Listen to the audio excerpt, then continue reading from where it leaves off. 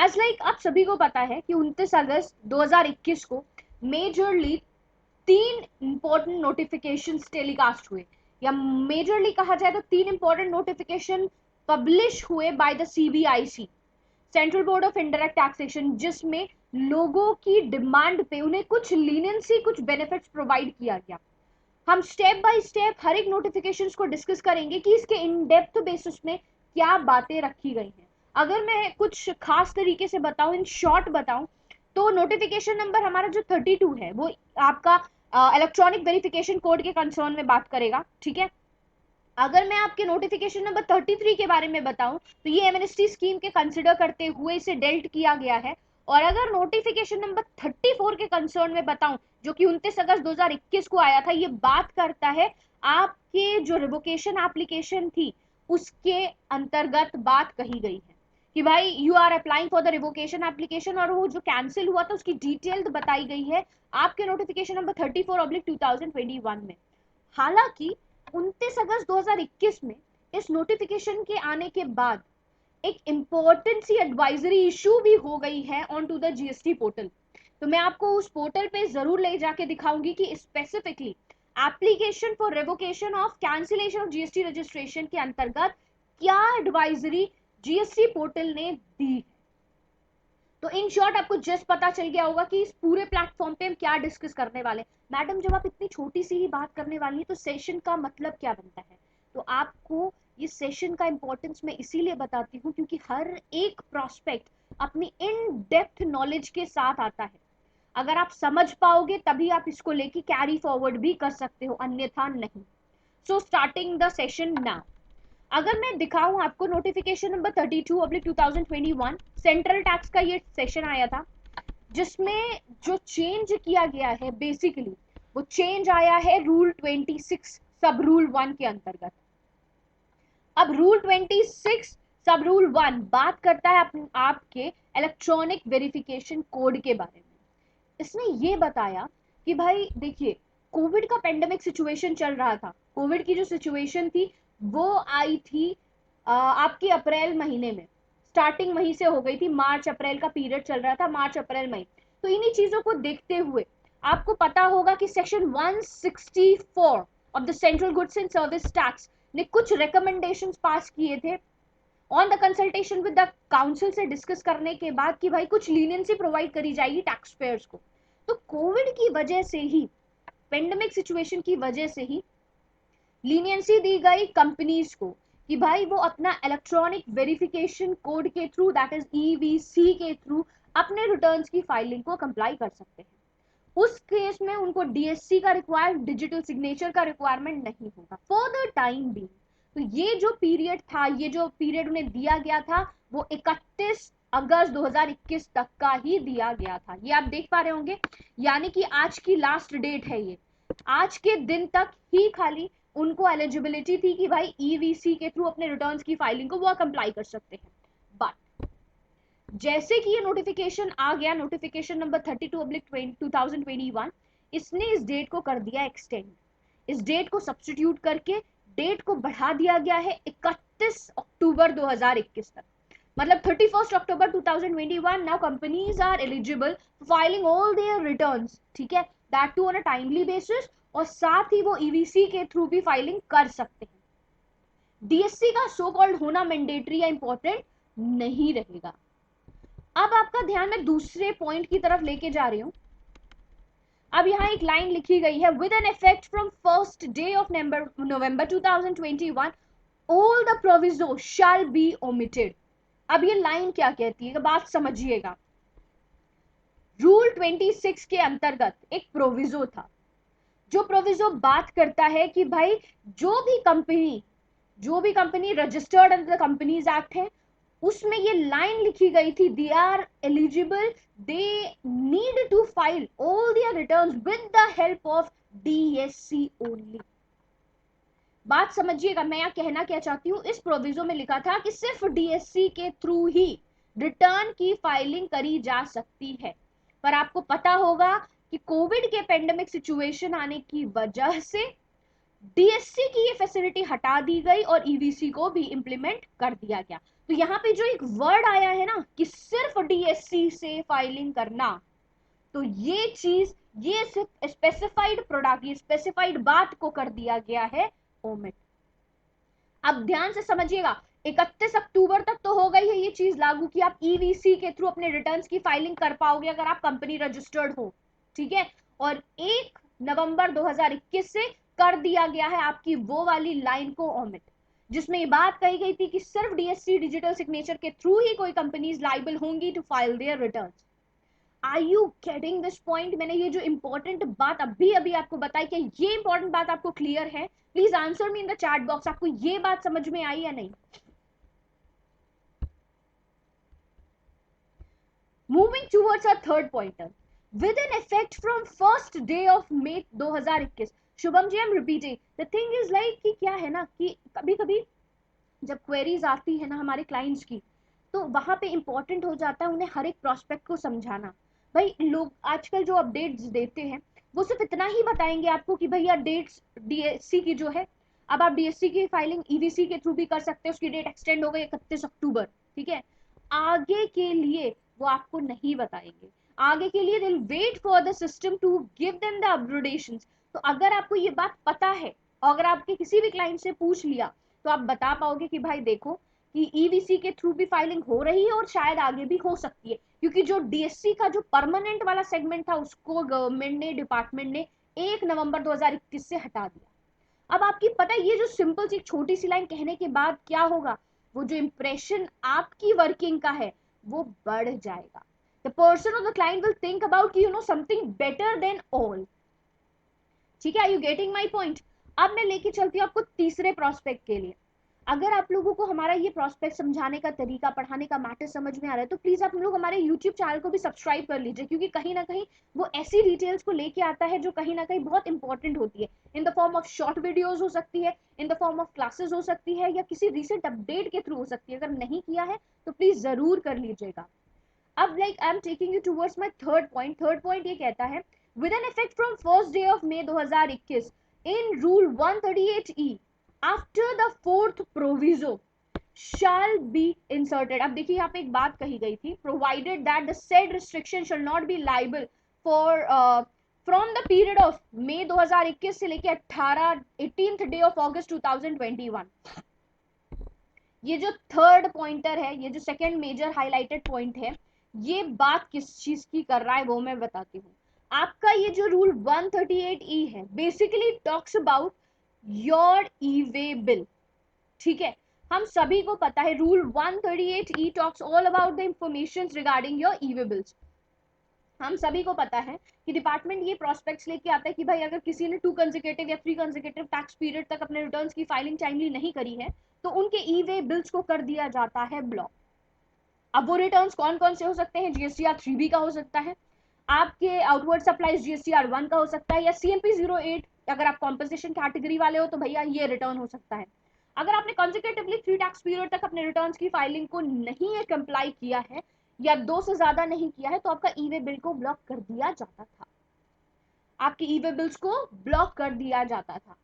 Now ये जो important update है वो ये कहता है कि समझिएगा, अगर आपने मार्च 2021 से लेके मई 2021 तक, मार्च 2021 से मई 2021 तक अपने रिटर्न्स की फाइलिंग को कंप्लाई नहीं किया, अपने रिटर्न्स की फाइलिंग को नहीं कर पाए, it can B of many reasons. भाई कोविड का हो सकता है, पेंडेमिक की सिचुएशन थी उस समय, मार्च 2021 में फिर से आया था हमारा पेंडेमिक सिचुएशन जो एक्सटेंड हुआ था मई तक लमसम, जिसमें लॉकडाउन वगैरह की भी सिचुएशन आई थी। तो इस समय अगर आपने किसी भी रिटर्न की फाइलिंग को नहीं किया है, तो आप सभी लोगों को एक बात ध्यान होगी कि हमारा जो महीना था, मई का, जून का, जुलाई का, अगस्त का, इन सभी महीनों में किसी का भी ई वे बिल ब्लॉक नहीं किया गया।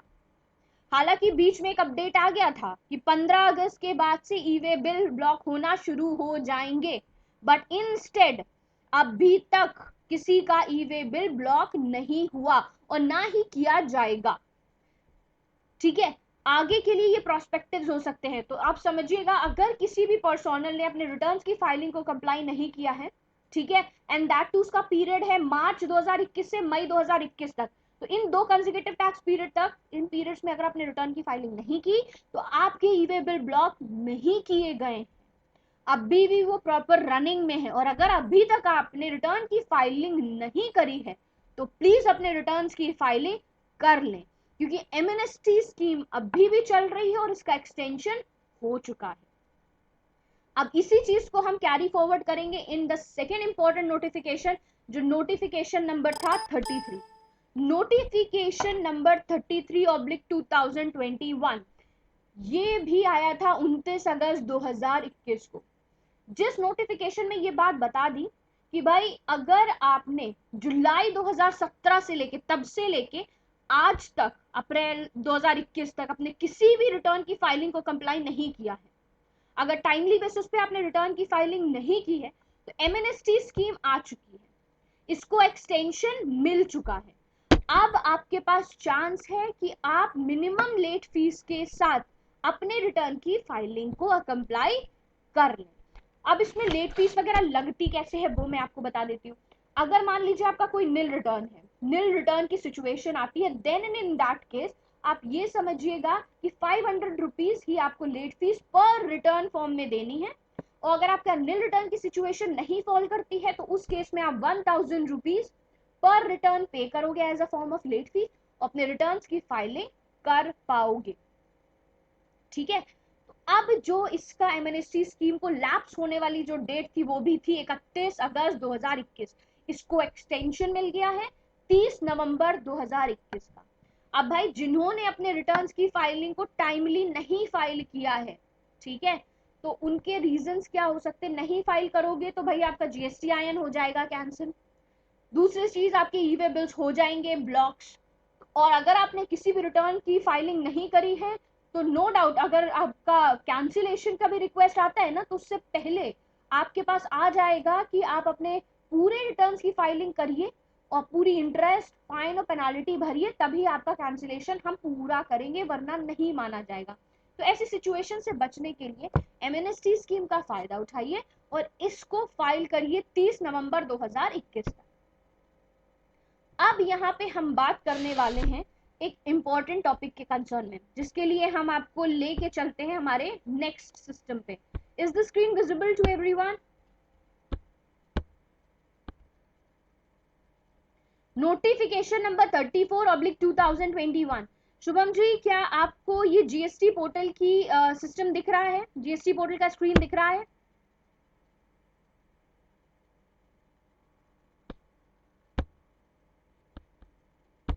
सी like to be very honest, notification number हमने 32 डिस्कस कर लिया। नोटिफिकेशन नंबर 32 के अंदर 3-4 पॉइंट बहुत ज्यादा इंपॉर्टेंट थे, जिसमें पहला पॉइंट आपका था इलेक्ट्रॉनिक वेरिफिकेशन कोड का। दूसरी चीज कि भैया डीएससी जो परमानेंट है, डीएससी से जो है कंपनी रिटर्न की फाइलिंग आप कर रहे हो तो उस बात को ही काट दिया गया, वहां से हटा दिया गया, ओमिट कर दिया गया। और तीसरी चीज है आपका ई वे बिल ब्लॉकिंग। ई वे बिल ब्लॉकिंग की फैसिलिटी जो थी वो अभी के लिए तो फिलहाल स्थगित है, और ये आने वाले समय में अगर आपने रिटर्न्स की फाइलिंग नहीं की, क्योंकि अब पेंडेमिक की सिचुएशन हालांकि चल नहीं रही है, तो अगर अभी तक आपने नहीं की है तो उसको कर लें, जिससे आपका ई वे बिल ना ब्लॉक हो, क्योंकि ये ई वे बिल की ब्लॉकिंग वो ऑलरेडी 15 अगस्त 2021 से स्टार्ट हो चुकी है। हमने नोटिफिकेशन नंबर 33 कंप्लीट किया। 33 के अंदर एमएनएसटी स्कीम का एक्सटेंशन मिला है। 31 August was the due date, इसको एक्सटेंड करके 30 नवंबर 2021 की डेट दे दी गई है कि भाई इस डेट तक आप एमएनएसटी स्कीम का फायदा उठाएं और अपने रिटर्न्स की फाइलिंग टाइमली बेसिस पे कर लें। अब हम आपको लेके चलते हैं एक इंपॉर्टेंट नोटिफिकेशन की तरफ। ये मेरे लिए बहुत ज्यादा इंपॉर्टेंट है इसे समझाना, क्योंकि इसको समझने के लिए आपको थोड़ा सा पेशेंस होना जरूरी है। सी लाइक नोटिफिकेशन नंबर 34/2021 जो बात करता है application for revocation of cancellation of GST registration, ठीक है, इसकी जो डेट थी उसको कर दिया गया था एक्सटेंड। अब बात समझिएगा, रिवोकेशन एप्लीकेशन आदमी तभी दायर करता है जब किसी वजह से उसका जीएसटी नंबर हो जाता है कैंसिल बाय द डिपार्टमेंट, ठीक है, तो उसके एन नंबर्स हो सकते हैं। अब आपका जीएसटी नंबर किसी भी वजह से कैंसिल हो सकता है कि भाई आपने ये किया हो कि भाई are you contraventions any provisions of GST, rules, regulations, norms कुछ भी हो सकता है, या आपने एक्सेस आईटीसी को क्लेम किया है फ्रॉडुलेंट मैनर से, या आपकी कुछ ऐसी लीगल एक्टिविटीज हैं जिसमें इन्वॉल्व होकर आपने जीएसटी की आईटीसी का बेनिफिट लिया है, या जिसे कहते हैं ना सेल्फ डोन बेनिफिट्स, आपने उसके थ्रू जीएसटी के किसी भी रूल, रेगुलेशंस, नॉर्म्स का वायलेशन किया है। It can be any reason, या ये भी रीजन हो सकता है कि भाई आपने रिटर्न्स की फाइलिंग टाइमली बेसिस पे नहीं करी। तो इन सिचुएशंस की वजह से आपका जो जीएसटीआईएन है उसको कर देता है डिपार्टमेंट कैंसिल। नाउ व्हाट, बंदा रिक्वेस्ट करता है कि मेरे जीएसटीआईएन की रिक्वेस्ट को रिवोक कीजिए और मुझे एप्लीकेशन चाहिए, वो एप्लीकेशन दायर करता है कि भाई ये जो मेरा जीएसटी नंबर आपने कैंसिल किया है उसे री इशू किया जा सके। अब यहाँ पे सिचुएशन दो आएगी कि आप ये जो पीरियड एक्सटेंड हुआ है, ये जो पीरियड एक्सटेंड हुआ है, ये रेवोकेशन पीरियड जो दिया गया था वो 31 अगस्त 2021 का ही दिया गया था। Application for revocation of cancellation of GST registration, इसकी जो डेट दी गई थी वो लास्ट ड्यू डेट थी 31 अगस्त 2021, और डेट इसकी बढ़ा दी गई है, और जो इसकी डेट बढ़ाई गई है वो मैं आपको बता देती हूं, इट इज 30 सितंबर 2021। 30 सितंबर 2021 तक इसकी डेट को बढ़ा दिया गया है। क्वेश्चन, मैम ये रिवोकेशन एप्लीकेशन हर के लिए लागू हो रहा है? ये जो एक्सटेंडेड पीरियड है, ये जो एक्सटेंडेड पीरियड है, क्या सभी टैक्स पेयर के लिए जिनका जीएसटीआईएन कैंसिल हो गया है उन सभी पे लागू होता है, या कुछ पर्सनल्स पे लागू होता है, या कुछ टैक्स पेयर्स पे लागू होता है? तो यहां मैं आपको बताती हूं, अगर आप दो नॉर्म्स को क्वालिफाई करोगे तभी आपको रिवोकेशन एप्लीकेशन दायर करने का ये जो एक्सटेंशन मिला है आप उसके अंदर एलिजिबल होगे, अन्यथा नहीं। पहली सिचुएशन ये है कि as per section 29 clause B and C, अगर आप इस सिचुएशन के अंतर्गत आते हो तो ही आपको ये बेनिफिट मिलने वाला है। दूसरी चीज, आपका जो पीरियड है, जो टाइम पीरियड है जिसमें आपको रेवोकेशन एप्लीकेशन फाइल कर देनी चाहिए थी, वो है 1 मार्च 2020 से लेके 31 अगस्त 2021 तक। अगर इस टाइम पीरियड के बीच में फॉल करते हो तभी आप इस एक्सटेंडेड पीरियड के लिए लाइबल हो, अन्यथा नहीं। एग्जाम्पल के रूप में लेती हूं, मिस्टर एक्स, ठीक है, मिस्टर एक्स इनका जीएसटीआईएन हो गया है कैंसिल, ठीक। Now what he need to do is उनको एप्लीकेशन फॉर रेवोकेशन फाइल करनी है। नाउ पहली सिचुएशन मैंने बताई थी कि under section 29 of the CGST act उनको दो क्लॉज को फुलफिल करना है, clause B and clause C, जो कि क्लॉज बी और सी दो बातें कहता है कि भैया मिस्टर एक्स ने अपने रिटर्न्स की फाइलिंग टाइमली बेसिस पे नहीं की। अगर मान लीजिए ये दोनों सिचुएशन किस चीज की है कि भाई अगर 3 कंसेक्यूटिव टैक्स पीरियड तक नहीं की है, या तो फिर 6 कंसेक्यूटिव टैक्स पीरियड तक अपने रिटर्न की फाइलिंग नहीं की है, यही सिर्फ एक सिचुएशन को डिपार्टमेंट एक्सेप्ट करता है कि भाई अगर किसी भी बंदे ने अपने रिटर्न की फाइलिंग टाइमली बेसिस पे नहीं करी है, that to 3 consecutive tax period composition वालों के लिए हो गया, और 6 कंसेक्यूटिव टैक्स पीरियड्स अगर रेगुलर कैटेगरी वाला है, तो इन दोनों ही सिचुएशन में अगर उसने रिटर्न की फाइलिंग नहीं की है, मिस्टर एक्स ने अगर रिटर्न की फाइलिंग नहीं की है, तो वो इस एक्सटेंशन के लिए एलिजिबल है। और उनको जो रिवोकेशन एप्लीकेशन दायर करने का वक्त मिला था वो था 1 मार्च 2020 से लेकर 31 अगस्त 2021 के बीच में, और ये जो वक्त मिला इस बीच उन्होंने रिवोकेशन फाइल नहीं कर पाए, तो उनको एक्सटेंशन मिल गया है 30 सितंबर 2021 का। बात क्लियर है?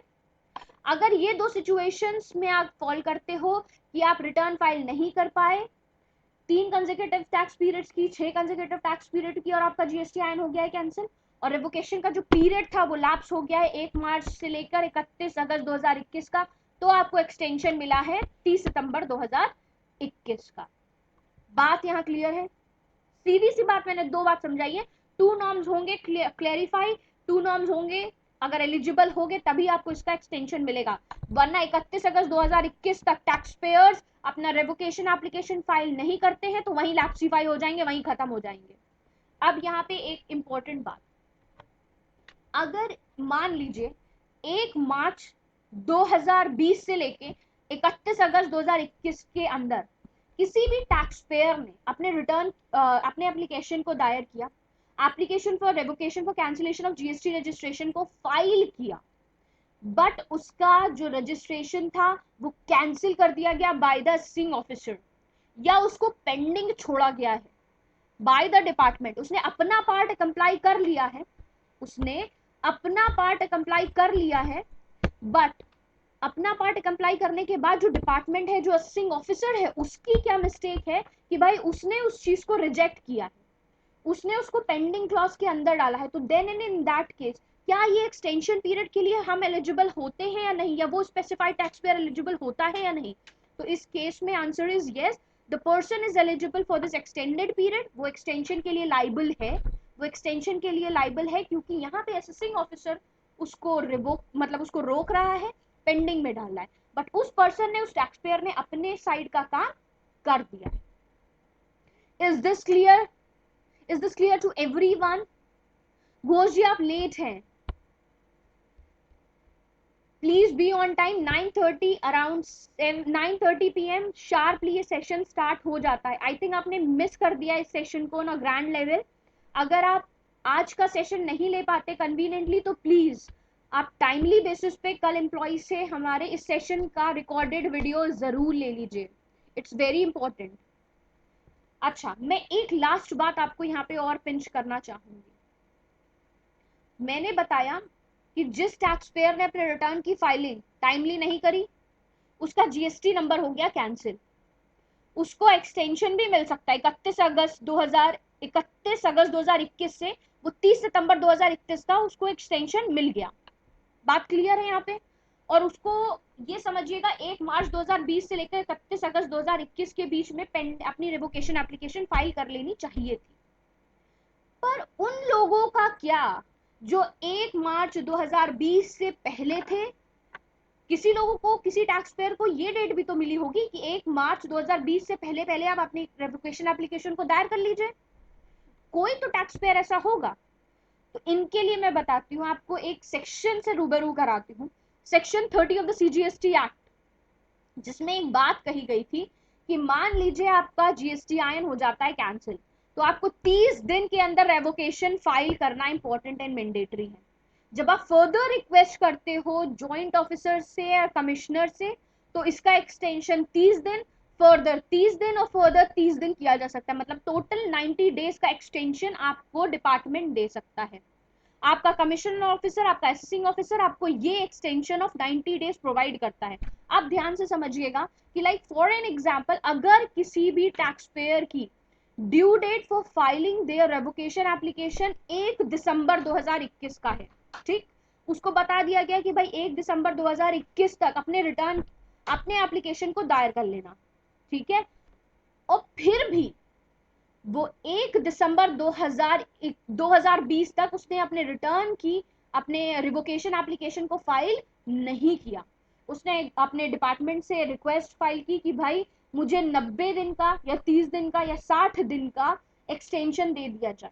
तो अब समझिएगा 1 दिसंबर 2020 से लेकर 1 दिसंबर 2000, 1 जनवरी 2021, 1 फरवरी 2021, 1 मार्च 2021, मतलब वो फर्दर 3 महीने का अगर आप एक्सटेंशन ले रहे हो, अगर आप 3 महीने का एक्सटेंशन ले रहे हो और उस पीरियड के अंतर्गत वो फॉल करता है 1 मार्च 2020 से लेकर 31 अगस्त 2021 के बीच का एक्सटेंशन, टाइम एक्सटेंशन लेने के बावजूद, टाइम एक्सटेंशन लेने के बावजूद अगर वो इस टाइम पीरियड में फॉल कर रहा है तभी उसको एक्सटेंशन मिलेगा।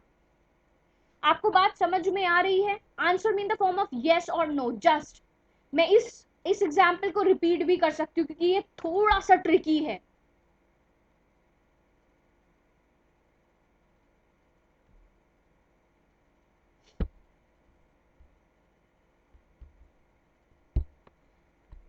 देखिए शुभम जी, क्या है कि रिवोकेशन एप्लीकेशन का टाइम पीरियड क्या है। किसी भी टैक्स पेयर को 1 मार्च 2020 से लेकर 31 अगस्त 2021 के बीच में अपने रेवोकेशन एप्लीकेशन को फाइल कर लेना था, ठीक है। पर हमारे पास एक टैक्स पेयर है जिनको बोल दिया गया कि भाई देखिए, आप 1 दिसंबर 2021 तक, 1 दिसंबर 2019 तक, डेट ध्यान रखिएगा, 1 दिसंबर 2019 तक अपने रेवोकेशन एप्लीकेशन को फाइल कर लीजिए, और वो नहीं कर पाए। तो उन्होंने डिपार्टमेंट से रिक्वेस्ट करी कि भाई हम 30 दिन के अंदर रेवोक नहीं कर पाए हैं, मुझे फर्दर 2 से 3 महीने का एक्सटेंशन मिलना चाहिए, एंड ये पॉसिबल है अंडर सेक्शन 30। 90 दिन का आप टाइम पीरियड ले सकते हैं for filing your revocation application, अगर आपको जॉइंट कमिश्नर या कमिश्नर अलाउ कर दे तो 1 दिसंबर 2019 से लेके अगर आप टाइम को काउंट करते हो फॉर 3 मंथ्स, 1 दिसंबर 2019, 1 जनवरी 2020, 1 फरवरी 2020, 1 मार्च 2020, अगर मैंने 3 महीने को इनकलकेट करके यूज करा तो वो पर्सोनल 1 मार्च 2020 के अंतर्गत आ गया। इस डेट के अंदर उसका रेवोकेशन एप्लीकेशन की रिक्वेस्ट फॉल कर गई, मतलब कि वो 1 मार्च 2020 तक अपने रिटर्न की फाइलिंग कर सकता था, वो इस डेट के बीच में आ गया। अब उस पर्सन के पास फर्दर एक्सटेंशन डिपार्टमेंट ने जो अभी दिया है 30 सितंबर 2021 का, वो उस चीज के लिए एलिजिबल हो जाता है। Now am I clear or shall I give one more example to you? Please be honest, अगर नहीं समझ में आया तो आप फिर से पूछ सकते हैं। ये बहुत इंपॉर्टेंट था, नोटिफिकेशन नंबर 34/2021, इसीलिए मैंने ये आपको बहुत इन डेप्थ फॉर्म में बताया। ये जो लास्ट लाइन आई है एडवाइजरी के फॉर्म में, वो मैं रिपीट करती हूँ। It is being further clarified that the benefit for the notification would be applicable in those cases also where the application for revocation of cancellation of GST registration is either pending, आपका जो proper officer है उसने उस request को pending रख छोड़ा है, ठीक है, या फिर उसे रिजेक्ट कर दिया है, तब भी टैक्स पेयर लाइबल है इस एक्सटेंशन के लिए। तो आपको रेवोकेशन एप्लीकेशन के लिए जो ड्यू डेट थी 31 अगस्त 2021, वो बढ़ गई है उन टैक्स पेयर्स के लिए जो भाई इस नॉर्म्स को फुलफिल करते हैं, और वो डेट है 30 सितंबर 2021। तो गाइस आज के लिए बस इतना ही। ये 3 मेजर नोटिफिकेशन 3 इन डेप्थ बातों के साथ आई। ये सेशंस को लेना बेहद इंपॉर्टेंट है, क्योंकि अगर आप एक प्रोफेशनल हो, सीए हो, सीएस हो, लॉयर हो, चार्टेड अकाउंटेंट हो, अगर आप जीएसटी के ग्राउंड से कहीं से भी कनेक्टेड हो ना, तो ये प्रोस्पेक्ट्स आपको हर दिन जानना समझना बहुत इंपॉर्टेंट है, क्योंकि कहीं ना कहीं वी बिलीव कि आप अपने क्लाइंट्स को बहुत स्ट्रांगली डील कर पाओगे। खुद अपडेट रहोगे तभी सामने वाले को अपडेट रख पाओगे। तो आज के लिए बस इतना ही। कल का सेशन कुछ इंपॉर्टेंट अपडेट्स के साथ आएगा, मिस मत कीजिएगा। अगर आपसे सेशन छूट जाता है तो रिकॉर्डेड सेशन जरूर ले लीजिए, because you are paying for it. आज के लिए बस इतना ही। Keep yourself safe, sound and healthy. Till then, bye bye, thank you so much.